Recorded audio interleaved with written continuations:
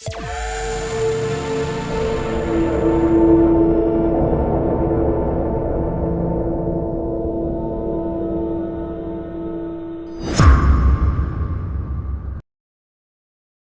이번 시간에는 크라운 프랩에 대한 몇 가지 아이템들을 말씀드리도록 하겠습니다. 첫 번째 아이템은 이거는 덴츠 플라이에서 나오는 팔로덴트 플러스라는 아이템입니다.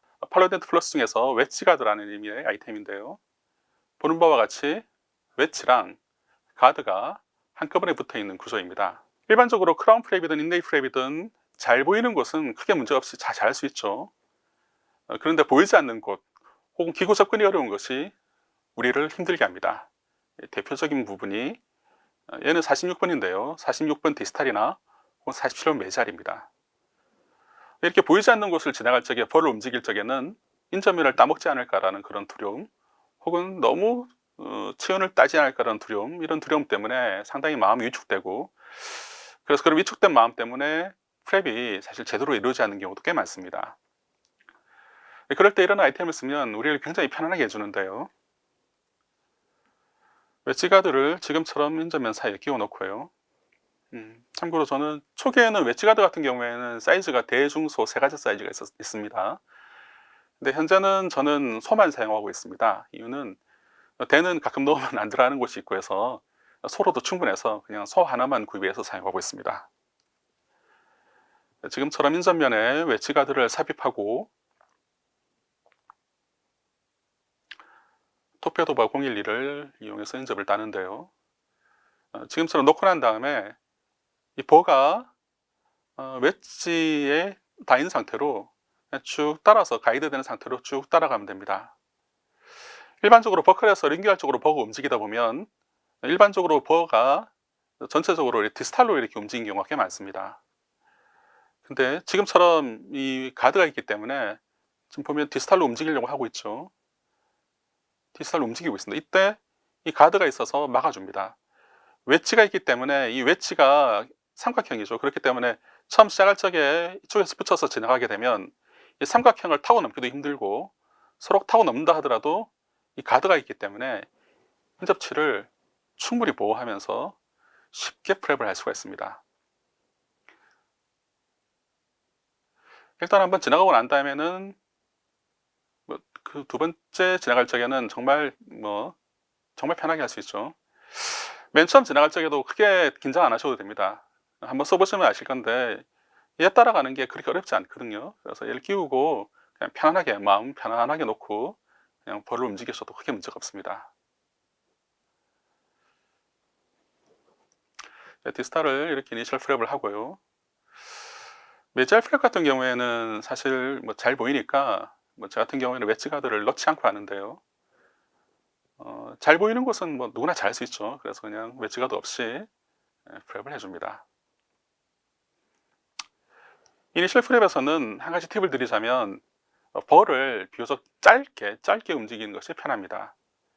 한 방에 이런 거를 길게 쭉 밀게 되면 말씀드린 대로 특히 디스탈 같은 경우에는, 디스탈 프랩 같은 경우에는 이렇게 뒤로 밀리는 경우가 꽤 많죠.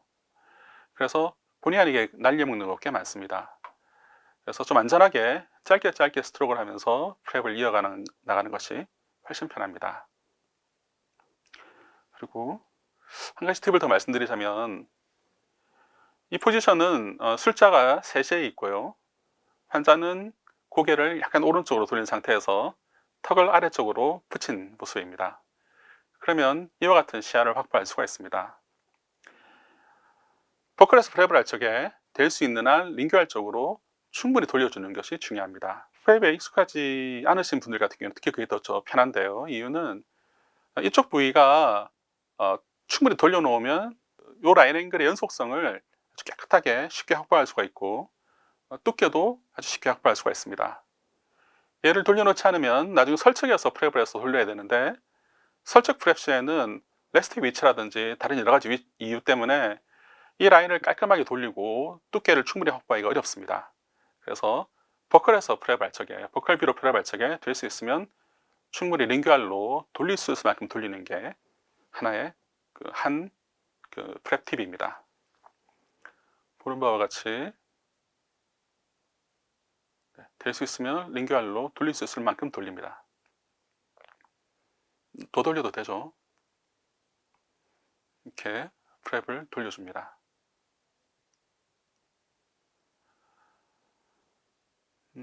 이니셜 프랩을 할 때 이렇게 길을 내고 난 다음에는 그 이미 만들어진 그 마진 라인 따라서 조금씩 돌리는 것은 그렇게 어렵지가 않습니다.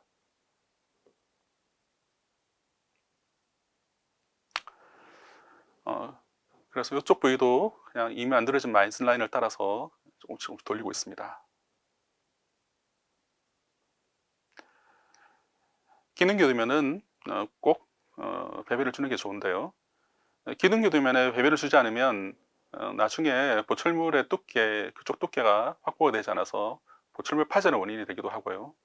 그리고 아주 뾰족하고 좁은 곳, 뾰족하고 좁은 것은 밀링기가 충분히 밀링을 하지 못하기 때문에 이후에 적합 분량을 만들어내거나 혹은 과밀링돼서 이후에 파절의 원인이 됩니다. 그래서 배배를 충분히 주시고요. 배배를 프랩해 주시고 또 이 라인 앵글들도 둥글게 해주는 게 보철물 적합에 상당히 유리합니다.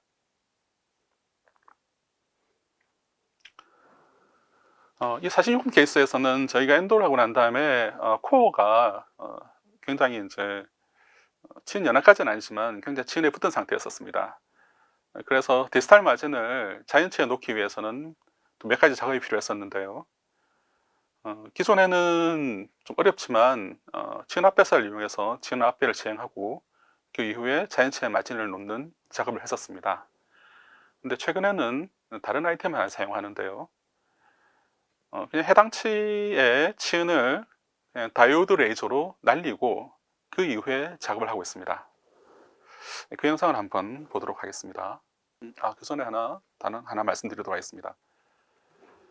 우리가 이니셜 프랩을 하고 난 다음에 그 다음에 마진을 정리하거나 다듬을 때 또 혹은 지금처럼 36분 디스탈처럼 물론 이건 동영상을 찍기 위해서 그냥 잘 보이는 케이스를 했지만 아무튼 시야 확보가 잘 안 되거나 잘 보이지 않을 때 그때 간략한 임상 팁은 물을 끄고 저속으로 사용하면 생각보다 굉장히 편합니다. 얘는 FGB를 사용할 수 있는 로우 스피드 앵글입니다. 이런 아이템을 하나 구비해 놓으면 지금처럼 주수하지 않고 주수 없이 그냥 프랩을 하게 되면 굉장히 쉽고 좋은 필드를 확보해서 프랩을 굉장히 편하게 할 수가 있습니다. 해를 불었는데 아직도 레진 코어가 보이고 있고 자연치는 보이지 않네요. 그래서 좀 전에 말씀드린 대로 이 부위를 간략하게 침륜 마취를 시행하고요.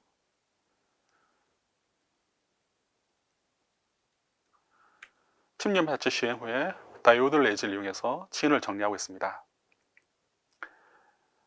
얘는 치은 정리를 하게 되면 일단은 시야 확보가 되기 때문에 자연치에다 마진을 높여도 굉장히 편하죠. 그리고 또 한 가지 장점이 있는데 이런 식으로 굴을 만들어 놓으면 이후에 치은 앞배 없이 편안하게 인상 체득을 할 수가 있습니다. 그래서 이왕 치은을 정리하는 김에 조금 과감하게 그냥 조금 넓혀도 됩니다. 그리고 와이드하게 굴을 형성해서 이후에 인상 체득 시에도 도움을 받기 위해서 조금 와이드하게 굴을 만들어주는 게 훨씬 편합니다. 그래서 여러분 움직이면서 지금처럼 굴을 만들어 주고요. 그 이후에는 물을 끄고 로우 스피드 하에서 자연치의 마진을 보일 때까지 마진을 내리고 있습니다. 네, 지금 보면 이쪽 편에 자연치가 보이네요. 그래서 자연치가 보일 때까지 마진을 내려주고요. 주소 없으니까 굉장히 잘 보이죠. 요즘 이 앵글 가격도 많이 내렸더라고요. 그래서 이런 앵글은 하나 가지고 있으면 굉장히 편하실 겁니다. 앵글 하나 있으면 굉장히 도움 많이 됩니다. 이쪽 편 같은 경우에는 약간 마진이 조금 그래서 이쪽도 마진을 정리하고 있습니다.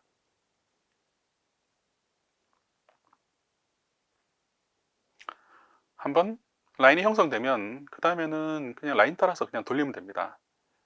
그래서 정리를 하고 있고요. 이초편은 살짝 치은 야도로 만들어주면 더 낫죠. 치은 야를 만들 때 토표도 같은 경우에는 일정 수준 두께가 확보되고 난 다음에는 굳이 치은 합배를 하지 않고도 깔끔한 치은 야나 마진을 쉽게 얻을 수가 있습니다.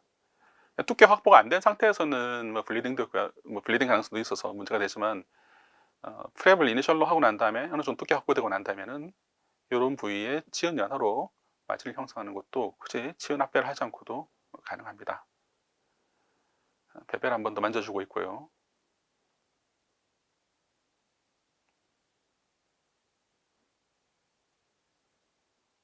그리고 좀 전에 말씀드린 대로 버클에서 가급적이면 링규알로 충분히 넘기는 게 훨씬 편하니까 지금처럼 링규알로 충분히 넘기고 있습니다.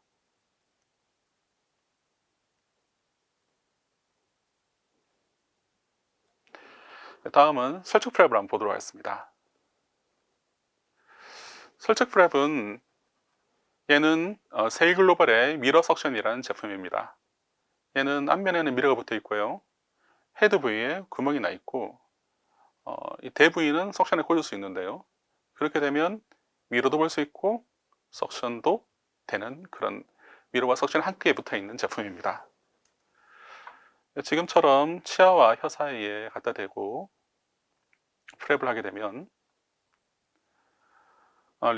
연조직인 혀도 보호하고 석션도 되고 있고, 또 좋은 점은 이 보어에 가장 가까운 곳이 석션이 붙어 있기 때문에 지금 보면 주수량이 제곱되는데도 마진이 보입니다. 상당히 큰 장점인데요. 가끔씩은 이제 뭐 혼자 프랩 할 때도 간혹 있잖아요. 혼자 프랩 할 적에 석션미를 이용하면 어시스트 도움 없이도 굉장히 쉽게 프랩을 할 수가 있습니다.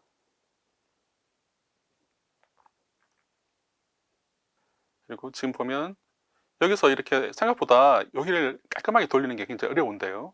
이미 벽갈 쪽에서 충분히 돌려놨기 때문에 이 부위를 많이 가지 않아도 이 라인 앵글을 충분히 깔끔하게 돌릴 수 있고 두께도 확보가 됩니다. 우리가 설측을 이렇게 돌릴 때 생각보다 여기서 자기도 모르게 이쪽으로 가요.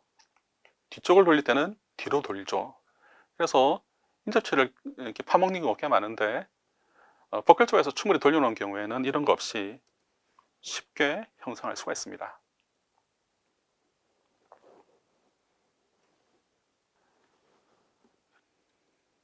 두께 확보가 조금 덜 된 것 같아서 두께 확보를 위해서 좀 더 확랩을 하고 있습니다. 그리고 말씀드린 대로 이 라인 앵글 정리도 꽤나 중요한데요.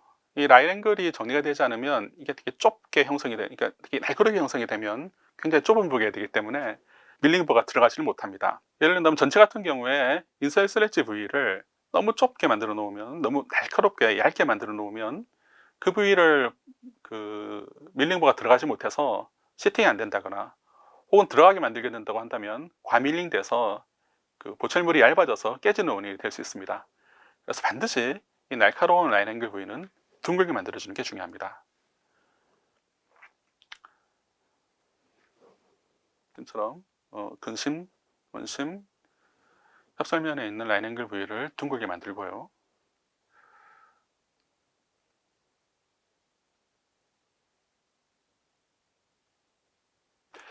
다음은 교환면을 체크해야 되는데요. 초기 영상에서는 교환면 프랩 하는 거는 일단 편집상 저희가 삭제를 했는데, 마지막에 프랩을 이제 다듬을 적에 제 같은 경우에는 토페도어를 이용해서 다듬습니다. 보면 약간 조금 불규칙한 면이 있는 것 같고 날카로운 면도 있는 것 같죠. 이런 경우에는 죄송합니다. 토페도가 아니라 풋볼 쉐이퍼를 쓰는데요. 풋볼 쉐이퍼는 헤드가 작죠. 헤드가 작기 때문에 기구를 움직이기가 상당히 용이합니다. 그리고 버의 형태 자체가 구를 이용한, 그러니까 교환면의 그루브를 또 형성해 줄 때도 굉장히 용이하고요. 날카로운 것을 비교적 헤드가 짧기 때문에 액션하기 쉬워서 편안하게 정리를 할 수가 있고, 또 마찬가지로 이렇게 라인 앵글도 조금씩 정리하는 것도 굉장히 용이합니다. 그래서 마지막에 퍼플 쉐이퍼를 이용해서 교환면을 조금 다듬어주고, 이외에는 이 반은 소닉 라인에서 나오고 있는 토페도 본인데요. 마진을 마지막으로 정리할 적에 혹은 피니싱 과정 중에서는 보통 제 같은 경우에는 이 소닉 라인을 이용해서 피니싱을 많이 합니다. 얘는 장점이 치은 합배를 하지 않고 치은 합배하지 않은 상태에서 그냥 마진 정리를 가능하게 해줍니다. 그래서 제가 많이 쓰고 있는데요.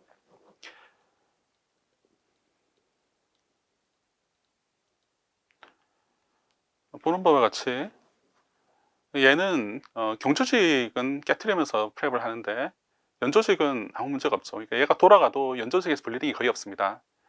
지금 디스탈 마진을 좀 전에 다이오드 레이저로 정리한 상태이기 때문에 일반적인 로타리 형태 같은 경우에는 이 부위를 지나갈 적에 다시 블리딩이 돼서 이후에 인산체득에 어려움을 줍니다.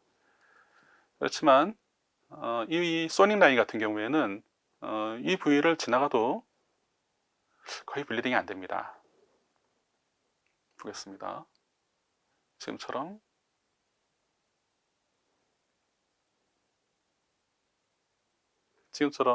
지나간다 하더라도 이미 블리딩이 거의 없습니다. 그래서 비교적 쉽게 그리고 편안하게 이런 부위를 형성할 수가 있습니다. 네, 라인 앵글 부위도 한번 다듬어 주고요. 이후에는 교환면 두께도 한번 봐야 되겠죠. 두께 확보를 확인해야 되는데요. 네, 교환면 두께를 확인할 때 쓰는 아이템은 플렉시미터사의 스트립입니다. 스트립 세 종류는 각각 두께가 다른데요. 1mm, 1.5mm, 2mm의 두께를 가지고 있습니다. 이 케이스의 스트립은 1.5mm짜리 스트립입니다. 그래서 놓고 바이팅하고 당겼을 적에 저항감이 없이 빠진다면 1.5mm가 충분히 확보된 거고, 지금은 빠지긴 하지만 약간의 저항감이 있기 때문에 프랩이 조금 부족한 듯 하여서 프랩을 조금 더 할 필요가 있죠. 이럴 때는 두꺼운 교합치를 여러 번 말아서 대략 1.5mm 이상 나오도록 교합치를 말고 난 다음에 바이팅을 시킵니다. 그러면 교환면에 이렇게 표시가 되죠. 표시된 면은 두께가 좀 부족하다는 걸 의미하니까요. 이 부위를 다시 퍼플 쉐이퍼로 다듬어 줍니다.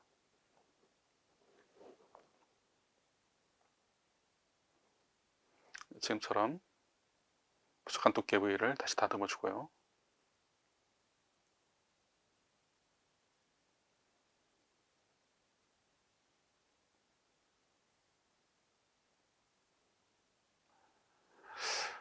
경험적인 이야기인데 색깔로 저는 이거는 과학이 아니니까 사술 같은 거지만 경험적으로 저 정도 색깔은 약간 두께가 부족하다는 걸 의미합니다. 그래서 한번 제거하고 난 다음에 다시 놓고 바이팅을 시키고 확인하고 난 다음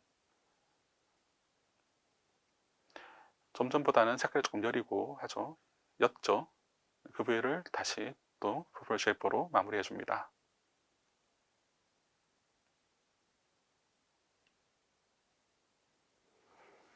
이렇게 해서 교환면의 두께까지 확보를 했습니다.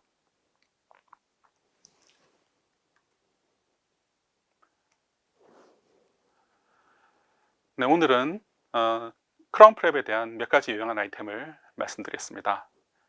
네, 다음 시간에는 인상체득 그리고 접착 과정의 몇 가지 팁을 말씀드리도록 하겠습니다. 경청해 주셔서 감사합니다.